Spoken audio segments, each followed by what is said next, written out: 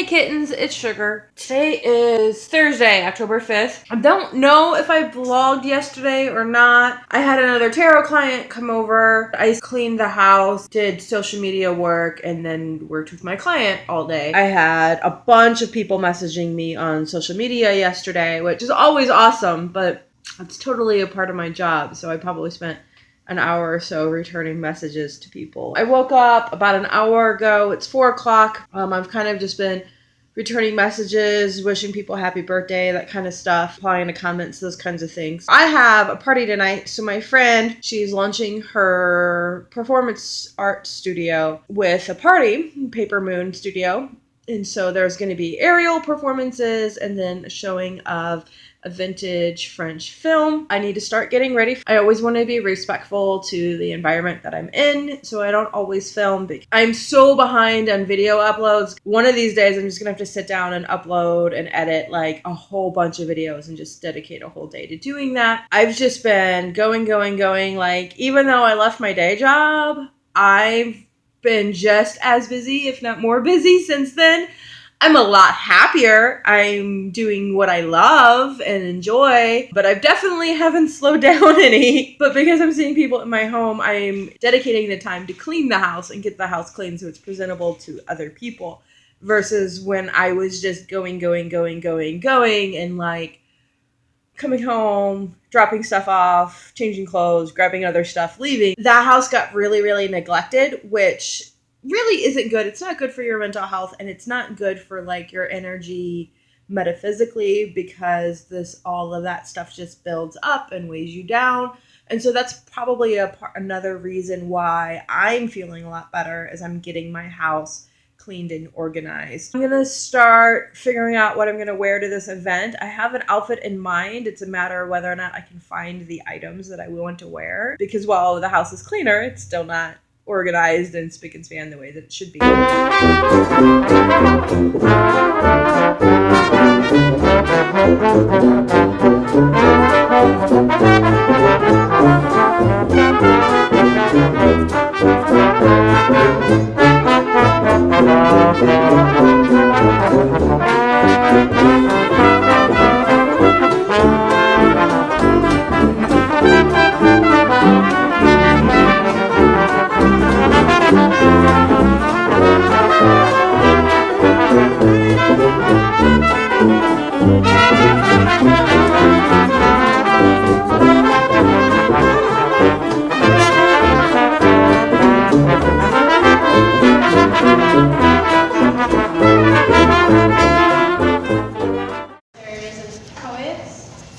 Bridget is already part of the collective. Hey. Bridget Marine and Evie, I think, will be joining us.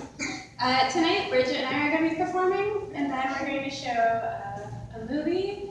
The name of the studio that I've chosen is Paper Moon. So I'm going to show the 1902 film To the Moon and Back.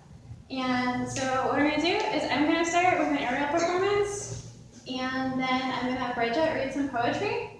So after I'm finished here, we're going to move the couches over here, and we'll be facing this way for the projector and for Bridget.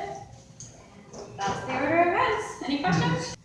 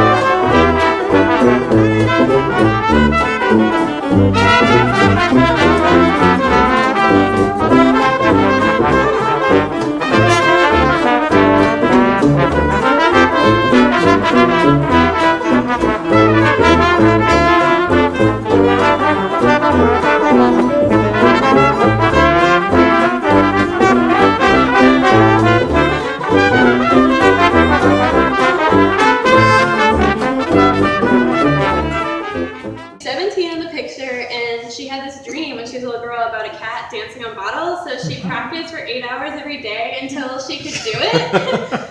Like you do. My kind of girl. So I took that idea and ran with it, and I actually ended up making a show about her. Talked a lot about this, and I ended up learning how to walk on bottles to perform this piece, which I don't recommend doing in 3 weeks. And so yeah, I wasn't planning on actually walking the bottles, but then I always had the bottles, and I'm like, I wonder if I can do it. So 2 days without sleeping later, I could. Bridget also agreed that this woman is just so fascinating and mysterious. And what I told you is the only information you can find about her. Google it for yourself. There's just no other information available. She just disappeared after she did this. It's so mysterious. And we're both captivated by this girl. And just this mysterious, like, what happened to her? Like, what is she doing now? Like, Because she could easily still be alive. Like, she could be, yeah. 1958, she was 17. So. I went to Hamburg to look for her. This was years ago, but I did. That's kind of how we met, is we kind of bonded over this bizarre historical figure. And Bridget has written a poem about her for you. And the first of 2 poems she's going to read for us. And then we'll be showing the 1902 film, Trip to the Moon, which is only 10 minutes and it's silent. So it's not like you have to sit here for 2 hours. So yeah, when Lindy told me about this woman, I was like, that is a poem, for sure. Especially because lately I've been writing pretty much exclusively persona poems, meaning poems from perspectives that are not me. So it's kind of an interesting blend of poetry and fiction and trying to worm your way into somebody's head. And in this case, it's very much imaginary because we don't know very much about her. So this is for Bianca Passarge, and it's called Bottle Walker. Children have come along to watch today, with Herr Mueller, the banker, and Frau Fischer, who works at the tea shop, and loves to flick my belly because the firm ballast of my waist amuses her in the way that all circus tricks are meant to.